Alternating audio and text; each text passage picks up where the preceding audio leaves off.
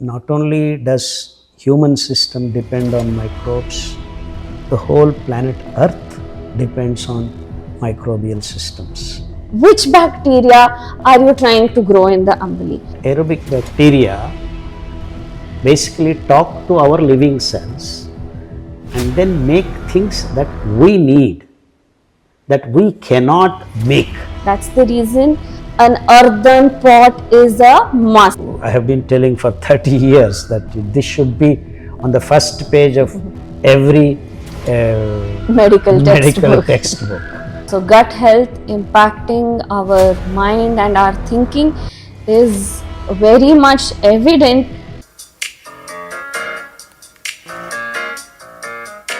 Hi everyone, this is Dr. Sarala. Welcome to Millet Magic. We are back with yet another video regarding gut health and microbial imbalance. Finally, after so many years, I think many people have actually started speaking about probiotics, gut health, and the impact it has on our body, on our mind. But with all this chatter, there are lots of doubts in people's mind and lot of misconceptions as well. So this is a clarification video, a continuation video. So please do watch our first video on microbial imbalance and on Amali before you listen to this video. So today we are going to speak about the two different kinds of gut bacteria, the major classification, and what role they have to play in our health. So let's hear from Dr. Khadar himself. So welcome. Basically, the knowledge about the microbial systems is being neglected for a long time. And microbes are the building blocks and the bridging blocks of the energy domain and the material domain. So we need to understand that not only does human system depend on microbes, the whole planet Earth depends on microbial systems. So it is the bridge between the seen and the unseen. We need to also understand that there are basically two different kinds of microbial populations, one which depend on oxygen, one that does not. So the oxygen dependent fermentation processes are basically grouped as aerobic microbial processes, and where their oxygen is not necessary, they are called anaerobic microbial processes. So the basic difference between aerobic processes and anaerobic processes: anaerobic bacteria or fungus stop at certain particular metabolite and it doesn't further go down to become carbon dioxide. Because the oxidation of any organic matter becomes carbon dioxide only through oxidation process. So what it means is that if you have gut microbes which are aerobic, they turn the complete material into carbon dioxide, whereas if it is anaerobic, it stops at certain particular product, say lactobacillus. Usually an acid is where the process stops? Not necessarily acid, but that's most often that is where it stops. Say lactobacillus, which converts milk to curds.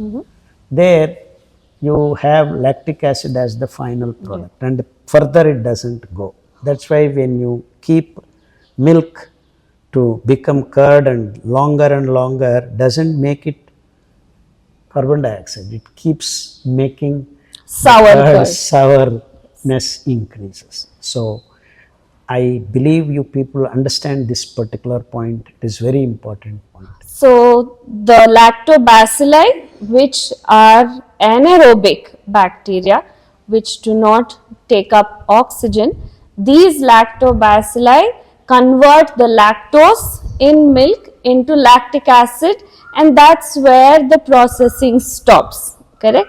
And so it is a process of anaerobic fermentation which these anaerobic bacteria do. It's juggling. So if you provide oxygen, then it can further break down to release carbon dioxide. Whereas aerobic bacteria in tandem, it's not that one bacteria, there are various kinds of bacteria that take up from one product to the another product to another. Sometimes one single bacteria also can process it to carbon dioxide, and in between what they do is release the minerals that are available in the biological matter. So that's why sometimes aerobic fermentations are called mineralization. So this is basic information that you need to know. So now we have established that there are aerobic and anaerobic, two kinds of microbes. So which kind do we actually require inside our gut? We do need both, not that one is exclusive to the other. But aerobic bacteria are basically very efficient. They can communicate with our living cells and then do what we require. Aerobic bacteria basically talk to our living cells and then make things that we need, that we cannot make. Whereas anaerobic bacteria, they do what they can, and if you need that metabolites, you can use it. This is basic difference. So the living aerobic bacteria are receiving signals from our live cells. So it's not like, okay, you need this vitamin or that, but they're actually communicating, they're receiving the signals, they're perceiving what kind of requirements we have, and responding according to that. And there is a huge numbers of gut microbiome where this communication is happening between themselves and with our living cells. So including some neurotransmitters, transporters that our living cells cannot make, they assist in doing this, biosynthesizing this. This is amazing. I mean, it is just a wow situation here. Because the environmental systems that we face in, we cannot respond because our living system is very complicated. So it cannot come back within short period of time. Whereas this microbiome that is symbiotically living within you can do that job for us. So these anaerobic systems do not respond. So this is very, very important. I am glad you asked that question.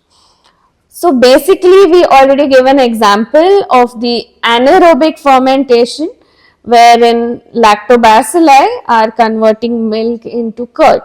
So consuming 1 glass of buttermilk will give us these anaerobic bacteria, which are also good for us, but it would be much better if we could consume aerobic live bacteria. So what is an example of that? That's our Amali, elixir of human life. And I would try to correct you. It's not consuming. We drink the Amali and we drink the buttermilk. In both cases, we are facilitating the escape of acid rush when you drink. So that's why you do not get the same result as when you drink buttermilk or eat curds.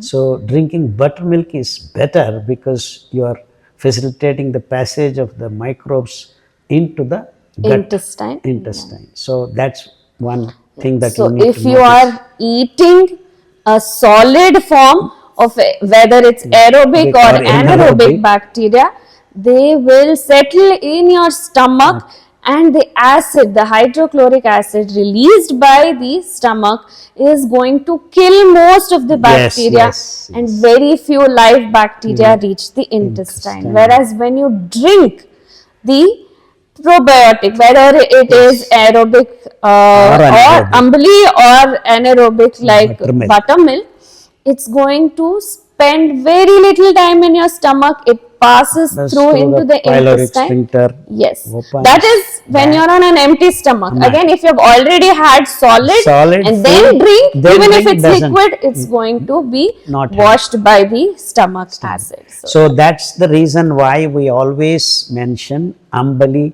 has to be taken, or you drink the Ambali before food, before breakfast, before dinner, before lunch. So that is the most important technical point that the common man has to understand.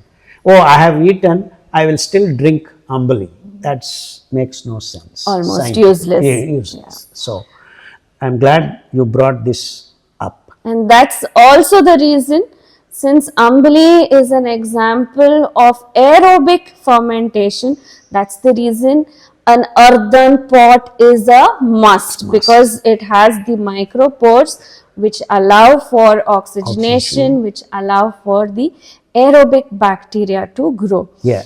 And in the comment section, I have come across this question very frequently.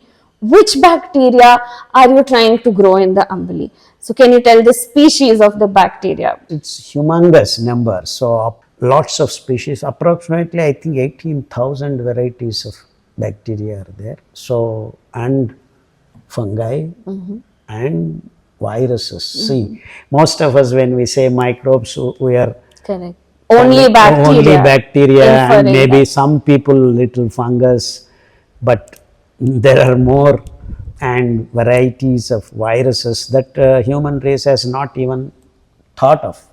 So it's not just that the knowledge that we are imparting to the common man is the end of it. It's beyond that. In fact, many things which we are also not aware of is happening in the microbial domain. So that's about it. So to put it in one sentence, it's not one species or two species which we are looking for.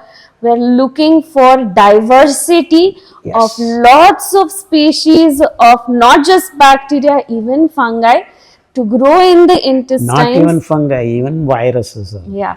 So these work in tandem. One produces an end result which is taken up as this base for another to process again, and so on and so forth. So it's an interactive life system which is working on feedback mechanisms. And at the end, it gives us so many benefits which we cannot even actually think about, that kind of benefits we are deriving from this life system being inside our intestine. And one more important thing I would like to mention is that the regenerative processes, say the epithelial cells are gone, we have ulcers, and who would help us? It's the gut microbiome. We have something somewhere else near neurons, there is something missing, and so we are communicating with the gut microbiome, and they are going to repair that. So this is not just metabolite and this and that. Correct. They are building us, they are replenishing us, they are regenerating us. So this is the wonderful work that the gut microbiome does.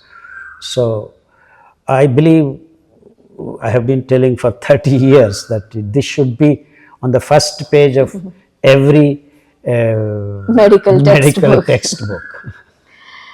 And surprisingly, after understanding all these concepts, many patients who come to the clinic, all those who have anxiety issues, all those who have issues with handling situations, low confidence, automatically when we question them while taking the case, they have gut related problems. Automatically, it is almost given fact that they have either diarrhea or IBS or some kind Ulcerative of, yeah, some colitis. kind of disturbance with their bowel If movements, nothing else, with their digestion.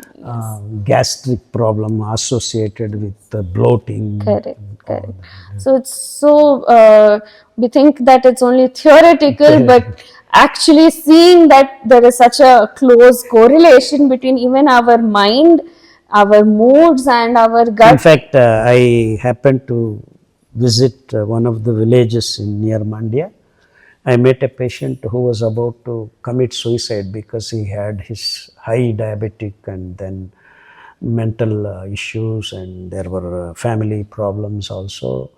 And then he happened to see our video and he started Amali. He became lively and the HbA1c is 5.1, and now he says, I am the strongest person in our village.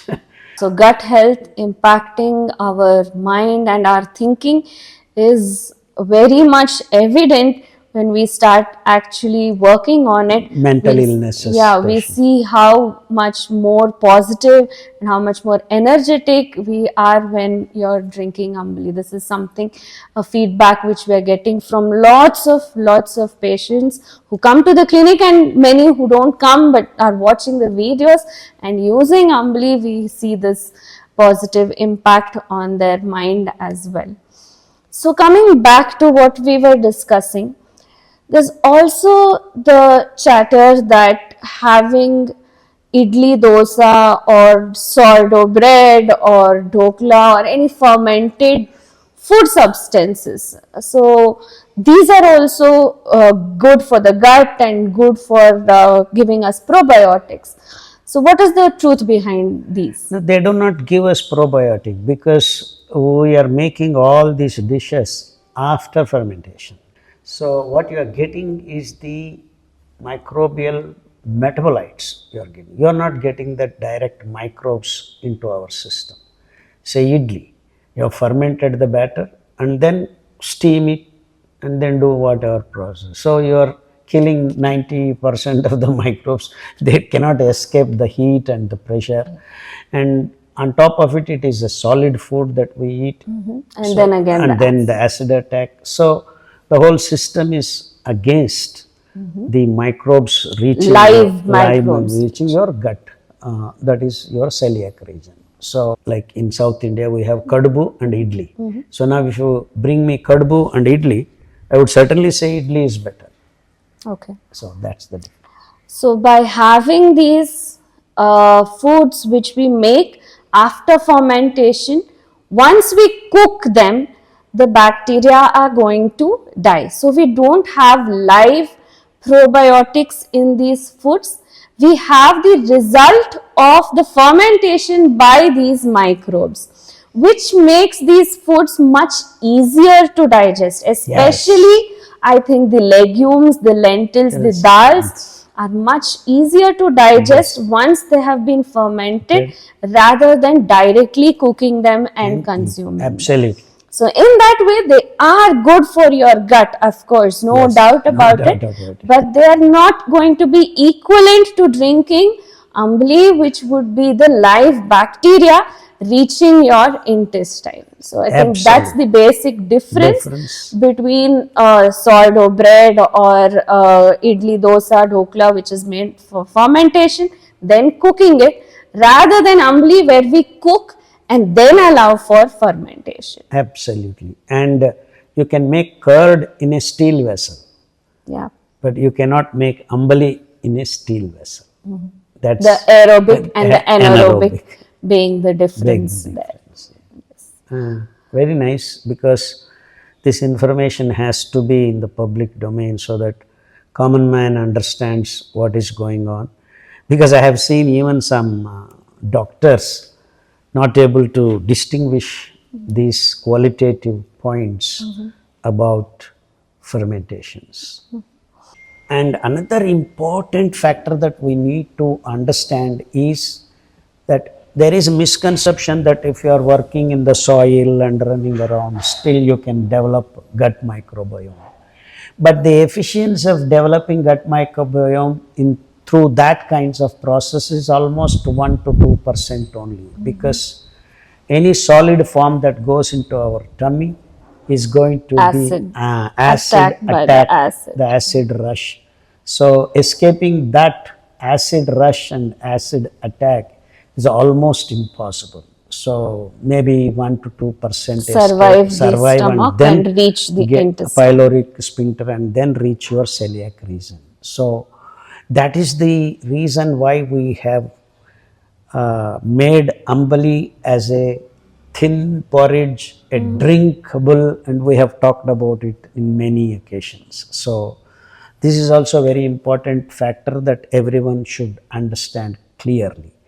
I mean, these are all misconceptions created by the social media or the lack of it, that the experts are not making it very clear to public.